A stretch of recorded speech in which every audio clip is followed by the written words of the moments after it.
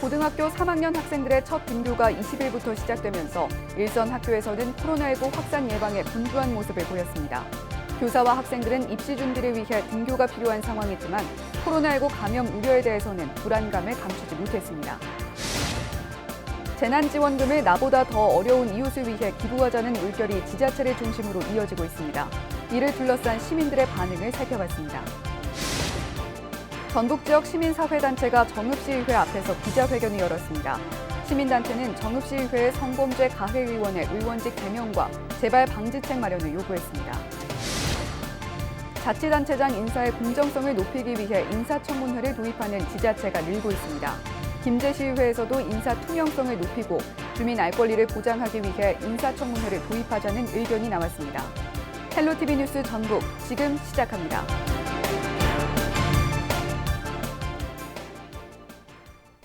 여러분 안녕하십니까? 헬로티비 뉴스 전북입니다. 고등학교 3학년 학생들의 첫 등교가 20일부터 시작됐는데요.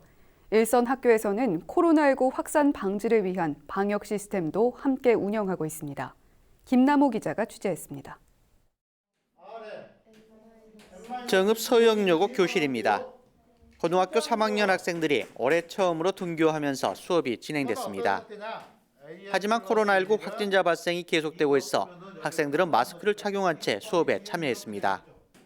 우선 고등학교 3학년이라서 공부나 학습 습관에 대해서 걱정이 많았는데 개학을 함으로써 좀 더 체계적으로 공부를 할 수 있는 것에 대해서 긍정적으로 생각하고 있습니다. 그런데 아직 코로나가 완전히 종식되지 않은 만큼 학교를 통한 감염이 많이 우려가 되는데요. 친구들이 마스크를 썼으나 한 곳에 모여서 이야기를 하는 등 조금 우려스러운 모습을 많이 보였습니다. 학교에서는 고3 학생들을 위한 수업 준비와 함께 코로나19 예방을 위한 소독과 방역 작업에 분주한 모습을 보였습니다. 급식 시간도 소독과 함께 칸막이 설치, 학생들 간 거리 두기를 통한 식사 등 방역 시스템을 가동시켰습니다. 방역 전문 업체, 그다음에 자체적으로 한 30회 정도 좀 계약을 준비하면서 소독을 했습니다. 그리고 전 교실을 전문 청소 용역 업체를 통해서 청소를 한번 다 이렇게 마친 바 있고요. 급식실이 좀 걱정이 됩니다. 그래서 칸막이를 하고 이렇게 아이들이 최대한 대화를 자제하면서 그래도 안전한 분위기에서 식사할 수 있도록 준비를 하고 있습니다. 닫혔던 학교 문이 80일 만에 열렸지만 코로나19 확산 우려는 여전히 존재하고 있습니다. 코로나19 확산 방지를 위해 학생들과 교사들 모두 위생수칙과 사회적 거리 두기 실천이 더욱더 필요해 보입니다. 헬로티비 뉴스 김나호입니다. 정부에서 지급하는 긴급재난지원금을 나보다 더 어려운 이웃을 위해 기부하자는 물결이 지자체를 중심으로 이어지고 있는데요. 기부에 대한 시민들의 반응은 찬성과 반대로 나뉩니다. 이진철 기자입니다. 지난 4일부터 지급이 시작된 정부 긴급재난지원금. 21대 전북지역 국회의원 당선인 9명이 긴급재난지원금 기부 의사를 밝힌 것을 시작으로 지자체와 지방의회를 중심으로 지원금 기부 물결이 이어지고 있습니다. 고창군에선 6 이상 군수와 5급 이상 간부 공무원 43명이 긴급재난지원금 가운데 본인 해당분을 고창군 장학재단에 기부한다고 밝혔습니다. 나눔과 봉사 기부문화 일환으로 기부를 결정하게 되셨고요.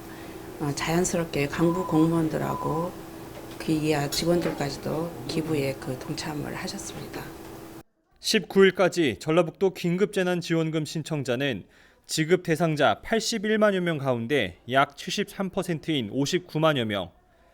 전주시에선 1호 재난지원금 시민 기부자가 나오는 등 시간이 지날수록 시민들 가운데에서도 기부 동참자가 나오고 있습니다. 하지만 재난지원금 기부를 두고 시민들의 반응은 찬성과 반대로 엇갈렸습니다. 기부에 긍정적인 시민들은 기부로 이어지는 나눔 문화 확산을 통해 어려운 이웃에게 도움을 줘야 한다고 주장합니다. 자기가 조금 그래도 할 수 있는 살 수 있고 그렇게 필요하지 않으면 기부해도 좋다고 생각해요. 반면 기부보단 지역에서 지원금을 소비해 경제에 보탬이 되도록 해야 한다는 의견도 있습니다. 지역 상권을 살리겠다는 취지가 있으니까 물품을 구입할 것들이 있다면 굳이 기부보다는 지역 상품권을 사용하는 게 좋다고 생각합니다. 재난지원금은 오는 8월 31일까지 신청하지 않으면 기부된 것으로 간주됩니다. 신청을 했더라도 정해진 기간 안에 사용하지 않은 잔액은 국가와 자치단체로 환수될 예정입니다. 헬로티비 뉴스 이진철입니다. 고위공직자 등에 대한 인사의 공정성을 높이기 위해 인사청문회를 도입하는 지자체가 늘고 있습니다. 김제시 의회에서도 자칫 말이 나오지 않도록 인사의 투명성을 높이고 주민 알 권리를 보장하기 위한 인사청문회를 도입하자는 의견이 나왔습니다. 정명기 기자가 취재했습니다. 김제시 자원봉사 종합센터입니다. 지난해 6월 센터장을 맡은 A씨는 임기 석 달도 안 돼 사직서를 냈습니다. 박준배 김제시장의 비서실장이었던 A씨는 지난해 공직선거법 위반으로 벌금형을 받고 물러났지만 자원봉사 종합센터장에 선임된 겁니다. 김제시가 위탁한 법인 이사회에서 뽑았지만 시가 이를 승인하면서 측근 챙기기와 자격 논란이 뒤따랐습니다. A씨는 결국 물러날 뜻을 밝혔지만 업무 공백을 우려한 이사회에서 의결을 미룬 상태입니다. 김제시 자원봉사종합센터는 얼마 전 채용 공고를 내고 새로운 센터장을 채용할 예정입니다. 이런 논란에 김제시의회에서는 비서실장이나 부시장, 시장이 임명하거나 승인하는 단체장과 지방 공기업 등의 장에 대한 인사청문회를 도입하자는 의견이 나왔습니다. 그동안 임명을 둘러싸고 말이 많았던 대상을 포함해 인사의 공정성을 높이자고 주장합니다. 지방의회가 지방정부 고위공무원 또는 산하기관장 등을 자치단체장이 임명하기 전에 후보자의 능력과 자질을 사전에 검증하기 위해 지방의회에 출석시켜 자치단체장의 인사권 남용과 전횡에 따른 여러 폐해를 막을 수 있고 지방의회의 검증을 거친 인사를 임용한다면 정당성을 확보하는 기회가 될 수 있다는 겁니다. 따라서 인사청문회 도입을 위한 협약을 맺자고 김제시에 요청했습니다. 임용 과정을 투명하게 공개하고 검증함으로써 주민의 알 권리를 보장하고 주민의 관심과 참여를 유도합니다. 국회뿐만 아니라 지방의회 10여 곳에서 인사청문회를 속속 도입하고 있는 가운데 김제시가 제안을 받아들일지 귀추가 주목됩니다. 헬로티비 뉴스 정명기입니다.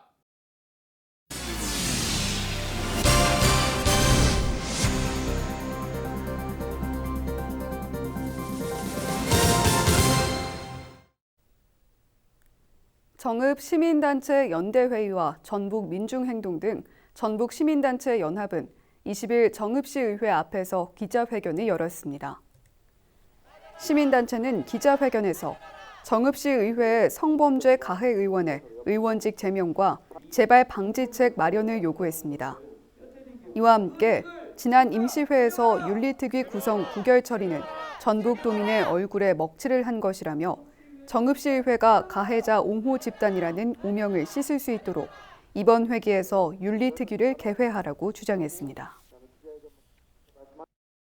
그때도 무슨 조치가 취해지지 않으면 전북에 있는 시민단체들과 함께 연대해서 싸워나가겠습니다. 남원시는 포장재 부직포 전문업체인 주식회사 지엘그레이프와 투자협약을 체결했습니다. 지엘그레이프는 이번 협약 체결과 함께 남원 노암산업단지 3지구에 50억 원을 투자해 에코백과 종이포장재 생산 공장을 설립할 예정입니다. 이 회사는 지난 2005년 김포시에서 법인을 설립하고 사업을 진행하던 중 지난해 80억 원의 매출을 기록한 것으로 파악됐습니다. 또 생산시설 확장 계획에 따라 남부 지역의 생산기지를 구축하기로 하고 남원에 투자를 결정한 것으로 전해졌습니다. 산업단지의 빠른 분양을 통한 지역경제의 활성화와 우리 남원시에 입주하는 기업이 빠르게 성장할 수 있도록 적극 지원해 나가겠습니다. 지난달 전주와 부산에서 연락두절된 여성 2명을 잇따라 살해하고 유기한 혐의를 받고 있는 피의자 최신종의 신상이 공개됐습니다. 전북지방경찰청은 경찰 내부위원 3명과 변호사, 대학 교수 등 외부위원 4명 등으로 구성된 신상정보 공개 심의위원회를 열고 31살 최신종의 얼굴과 나이 등 신상을 공개하기로 결정했다고 밝혔습니다. 전북 지역에서 강력범죄를 저지른 피의자 가운데 신상 공개가 이루어진 것은 최신종이 처음입니다. 전북경찰청 관계자는 국민의 알 권리와 동종 범죄의 재발 방지 차원에서 피의자의 신상을 공개하는 것이 공공의 이익에 부합한다고 판단했다고 신상 공개 배경을 설명했습니다. 부안에서는 긴급재난지원금 기부 행렬이 이어지고 있습니다. 바르게 살기 운동 부안군 협의회는 긴급재난지원금으로 모은 장학금을 부안군 근농인재육성재단에 기탁했습니다. 최옥경 회장은 지역의 학생들이 마음껏 공부할 수 있도록 장학금으로 기탁하게 됐다고 밝혔습니다. 부안군 자치행정 담당관실 직원들도 긴급재난지원금 205만 원을 모아 근농인재육성재단에 기부했습니다. 전북도 체육회가 코로나19로 중단했던 체육시설의 운영을 재개합니다. 운영을 재개한 시설은 도체육회관 헬스장과 스쿼시장 등입니다. 전북도 체육회는 만일의 상황을 대비해 출입구에서 발열 여부를 확인하고 인원수와 운동 시간을 제한하기로 했습니다.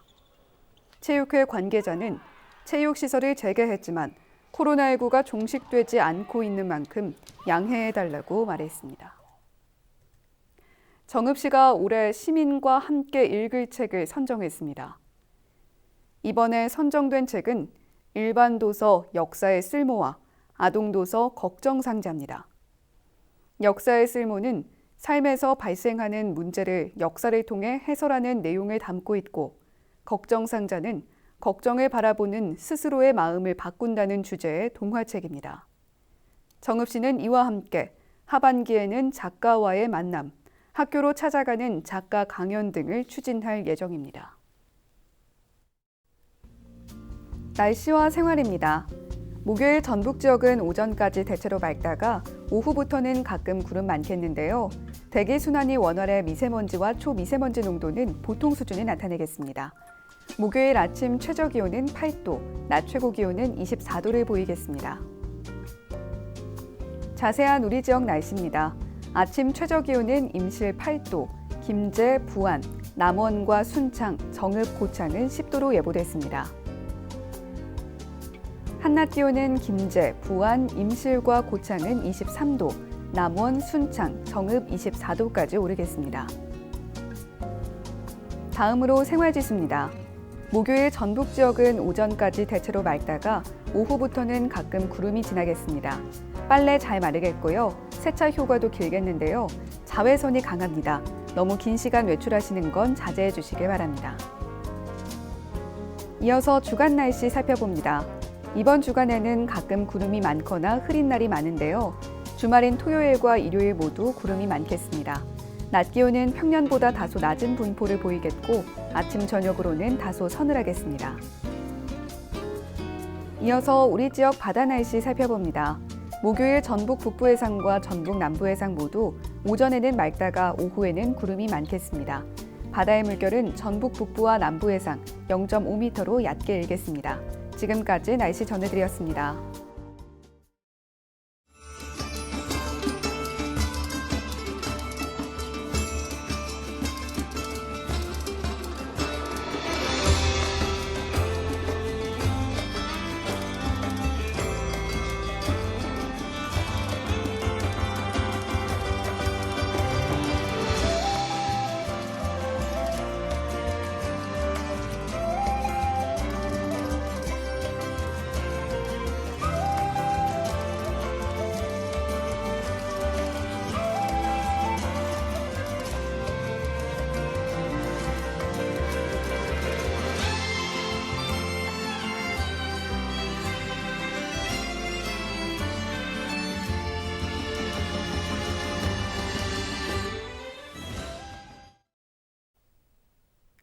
헬로티비 뉴스 전북, 오늘 저희가 준비한 소식은 여기까지입니다.